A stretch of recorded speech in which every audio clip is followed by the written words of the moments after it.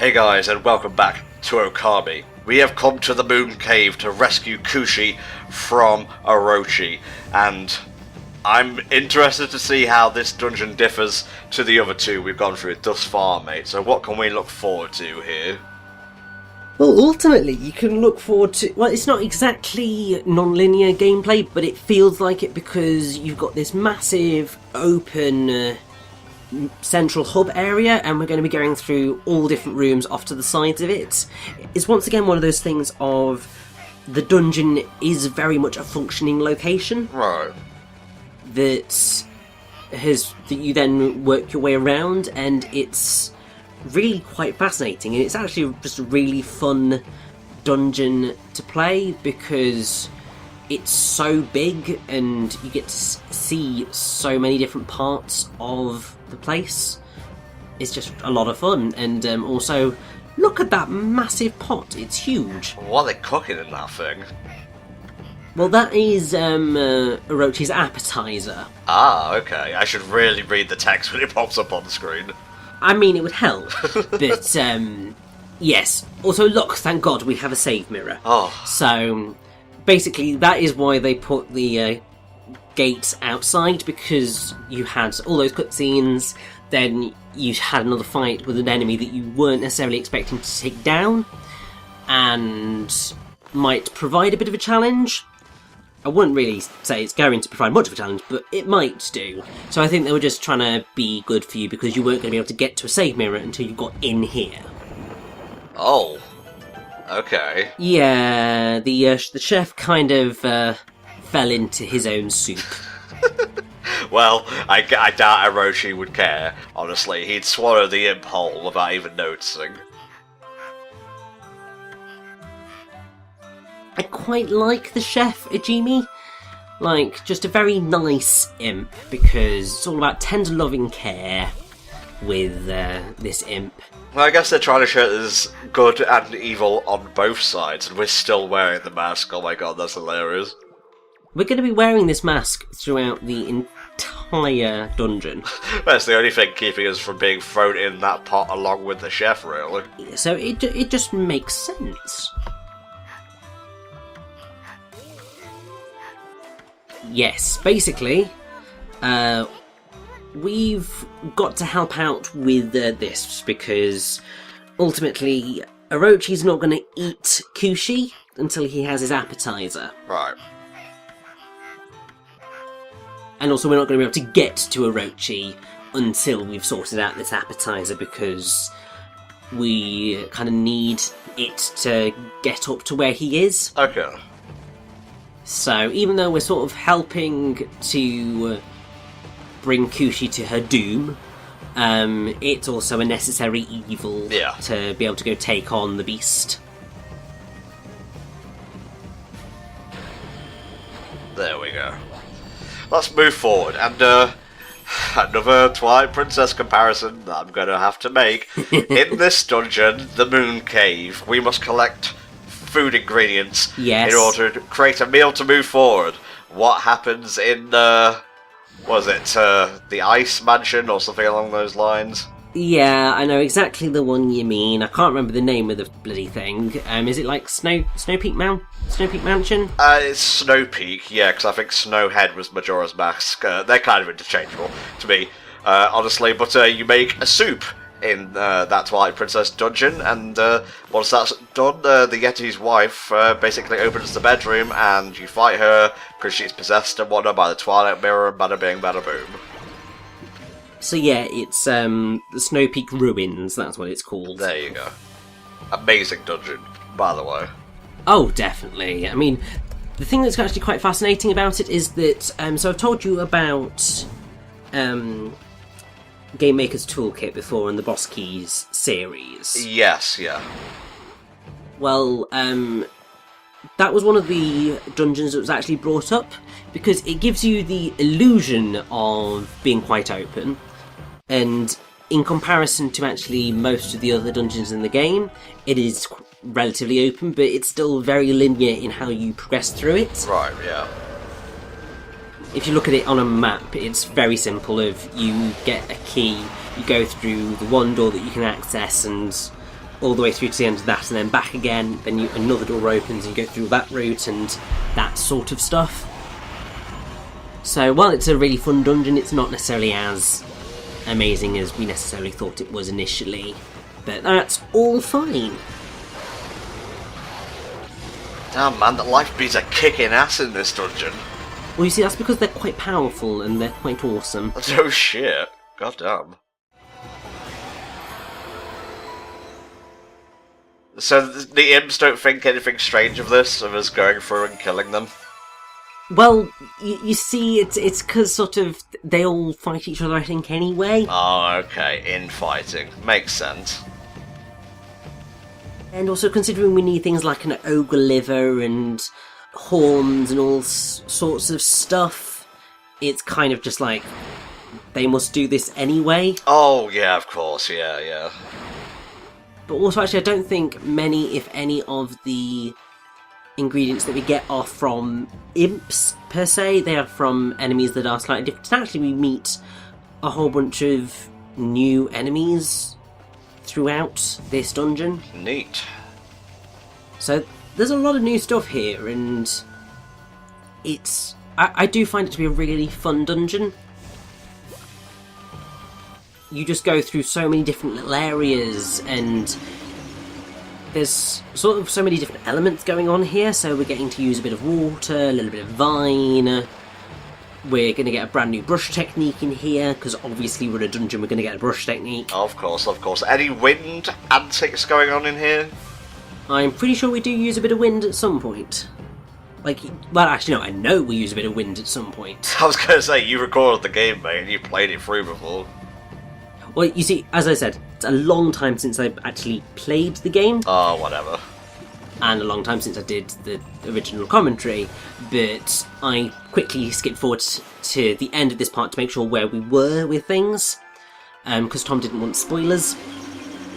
And I was just like, oh yeah, there's that bit. Because we do pretty much use every single brush technique that we've learned so far in this dungeon, so it's a really good challenge to see whether you come to grips with everything that you've been doing so far. As any good dungeon should test the player. Yes, and annoyingly we can't do anything there, and yeah, now the bridge is going to break and drop us, because that's always fun. Right into a battle? Not quite right into a battle, but into a demon gate, which we need to deal with. That works. I mean, pretty much all of the ingredients, I think, are located within demon houses, or demon gates. So, it all works out in the end. God, man, you're just tearing these guys apart. I told you, rosaries are freaking amazing. I love them. Getting really good ranks as well. Well, you see, it's because I'm not getting hit and I'm taking them down really quickly. Mm-hmm. And that just leads to that, and it works. Alright, what next after that kerfuffle on the bridge? So basically, we sort of need to try and work our way back up, because obviously we need to try and make our way back to that central hub area. Otherwise, we're going to have an interesting time of it.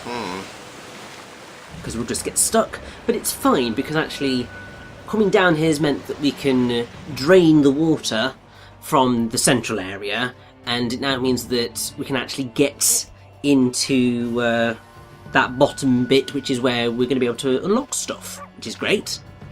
My mind is kind of like unconsciously comparing this dungeon to, you know, like Twilight Princess, etc., and I'm sorry, that's just the way my mind works. I thought it was just the Snow Peak ruins, but I'm seeing a bit of the Lakebed Temple as well.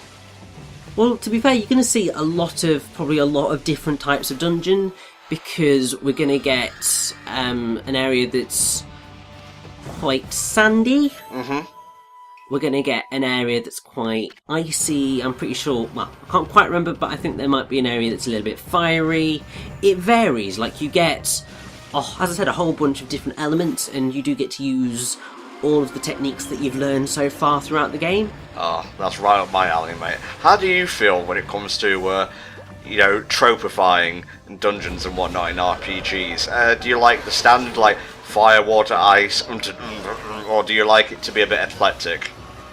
Well, now you see, I'm fine with following the typical tropes, because obviously they are so ingrained in gaming, but it is always really nice when you get dungeons that go against the groove a little bit.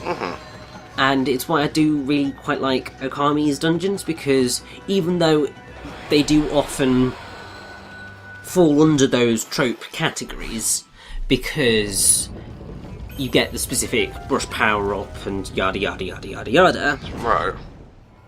They are just very unique in terms of their design, and even if they are one of those trope dungeons, they don't necessarily always look like they are part of those trope dungeons. Yeah, like this, for example, just reminds me of the Noppon's homestead in Xenoblade Chronicles. Oh yeah, exactly. So I mean, already it's reminding you of so many different things, and it's just really awesome. What's this here? So this is a little flower thing. Essentially, you use it to leap higher to get up to that top ground. It's basically a shortcut of sorts to get back up here. As we progress through the dungeon, these areas will become available to us. Now, you are not going to be able to get across to that chest until you have the new brush technique. Aww. Because you need to get rid of that icicle before you can do anything. I'm probably going to try more than a few times to make the jump. It's not going to happen. Oh, pass, Richie, you and your logs. Yeah, so we're going to be an ass to this guy. Because he says, don't disturb me, otherwise I'm going to drop the lever and we're going to fall. So, let's just beat the hell out of him. Why would you design a lift this way, where someone always has to hold on to the handle, otherwise it descends? That's just cruel. You're talking about Orochi, the guy he's going to eat Kushi, and is just generally completely evil? Well, he didn't build it himself. He must have commissioned someone to do it. Well, he probably commissioned the imps to do it. So, I think even commissioned is a bit much. He's not paying them fuck all. Well, exactly. He's saying, you do this for me or I will eat you. No, he's saying, you do this for me and I will eat you. Yeah, that too. Oh, I love that eye motif around the place, even if they do look a bit Rareware-esque at times. Well, yeah, but it's that whole thing of you give things eyes and they look slightly demonic. Yeah, and then in Ukulele, you've got a pair of eyes as an enemy that can put themselves on, like, objects and other enemies and whatnot, so, That's actually quite cool. It is, until you see it in action, and, subtlety, not that game's strong suit. Which is a shame, because it seemed like a really exciting prospect, and then it just sort of fizzled out. I still want to play it, I still want to 100% it, because my honour and or pride as a Collectathon fan is on the line, but we'll see what's what. I doubt it'll be a HFC playthrough at this point, honestly. Yeah, it's not looking likely, is it? Huh. Yes, so there's an iced statue, and looks very interesting to me, and it's a good job we came down here, because we've got a new enemy. Dude! That looks like something out of fucking Persona. Yes, so this is, I believe, the Ice Lips. Huh. Obvious, but whatever. Is just gonna... Yeah, so basically this thing can freeze us. It's a bit of a pain to defeat, actually, because whilst it's spinning around, you can't do any damage to it. The way that you get rid of the ice is to use Gale Storm. Yeah, blow it away. And then if you use Power Slash when it's in that stunned motion, you can cause massive damage to it. So it's quite nice to be able to take them down that way, but obviously there are other ways of dealing with it. I was going to say, I guess that's why you didn't max out the time rank then. Exactly, and also this is why I didn't get to use a floral finisher. Oh, this looks cool. Yes, I'm sure you can tell where this is going. Oh yeah.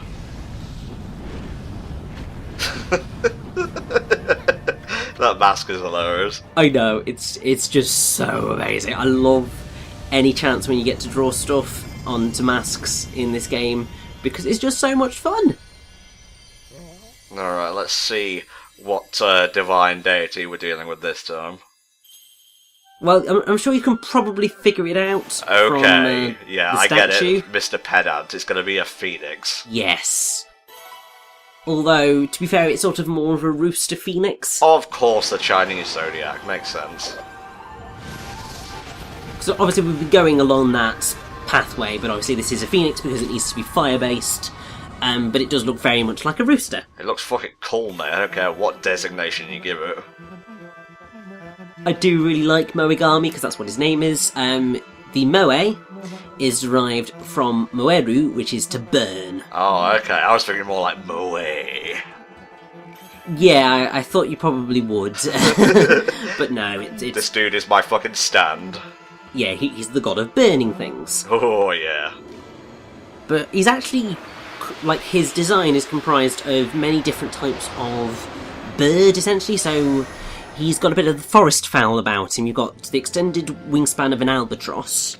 His tail is also unusually long, which is very similar to Onagadori chickens, which is a Japanese breed of chickens. And also he's very similar to the phoenix.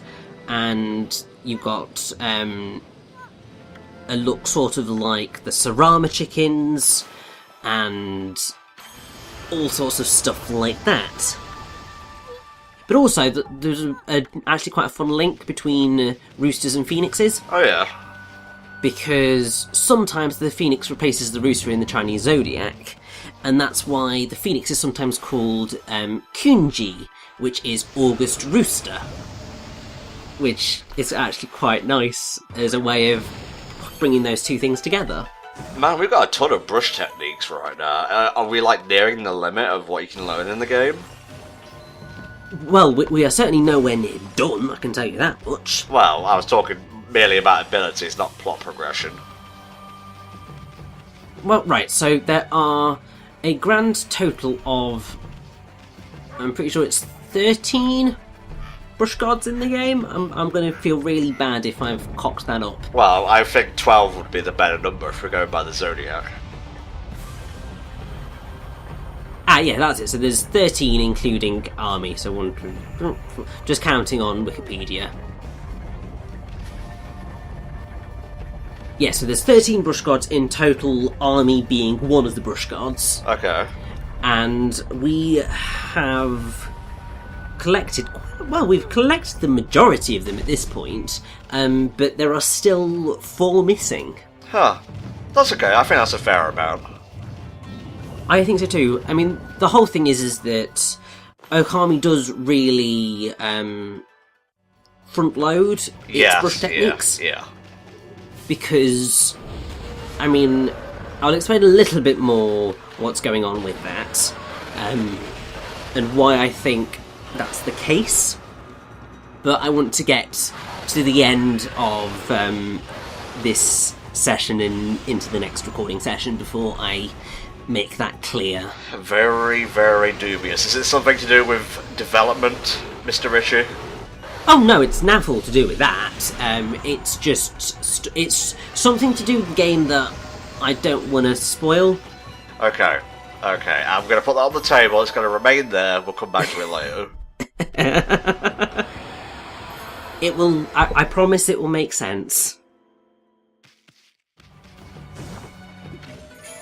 Why? Yes.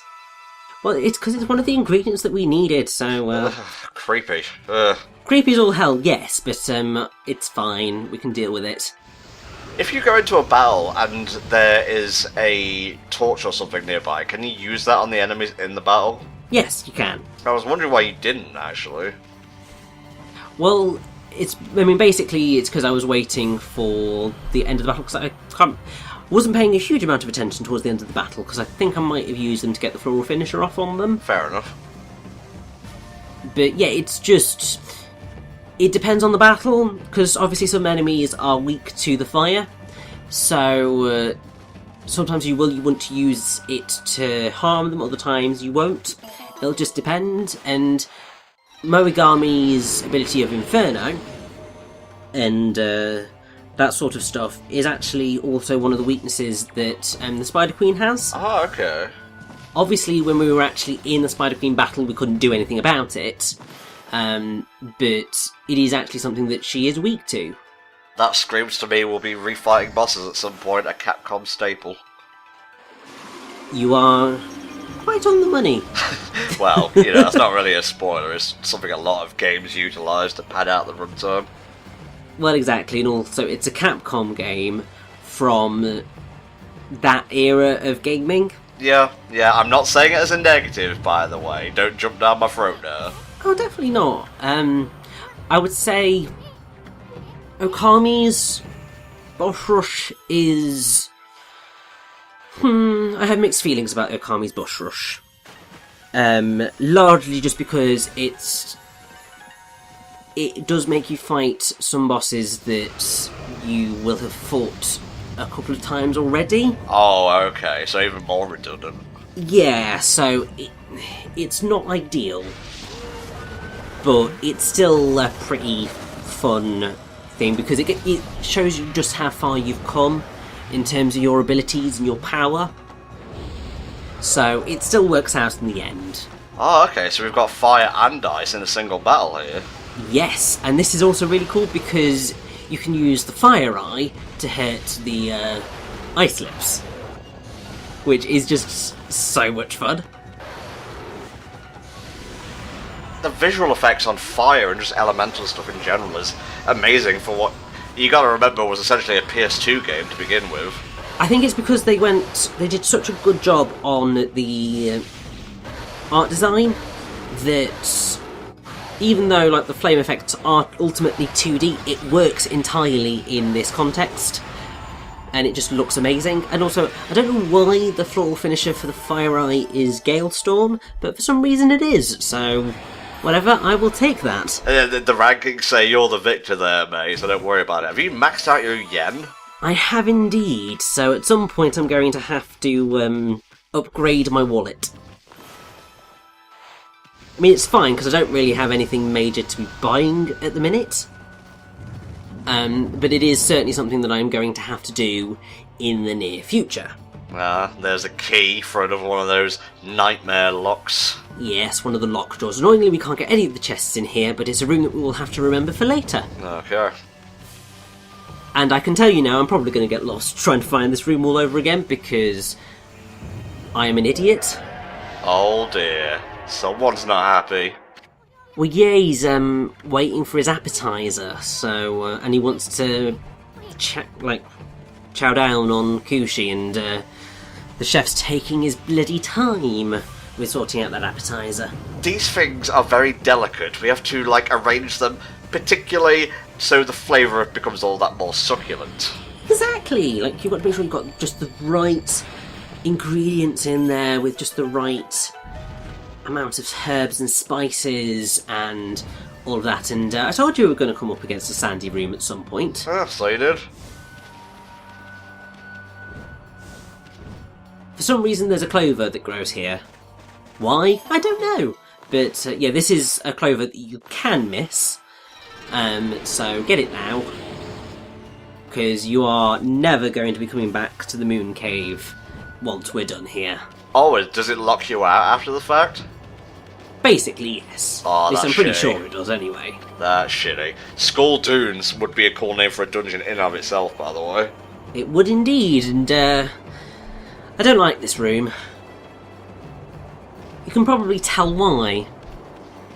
Is it the overabundance of sand getting in your fur? Well, no, that wasn't what I was going to say. I mean, I know it's sand, and I hate it because it gets everywhere. But no, it's more to do with the nice big stone ball that is in this room. And at this moment in time, okay. I'm kind of just going, I don't want to do this. What I'm going to end up doing is running through this room first before I do anything with the ball. Because I'm going to have a fun time dealing with that ball. So I just thought, let's grab everything that I want to and can first, and then we'll go deal with that at the end, because I can't bear it just yet. Are we looking at a dusty desert scenario here, mate? Pretty much, yeah. Oh, you poor thing. I did mean to fall down that hole because it's going to lead us to, I think, a chest.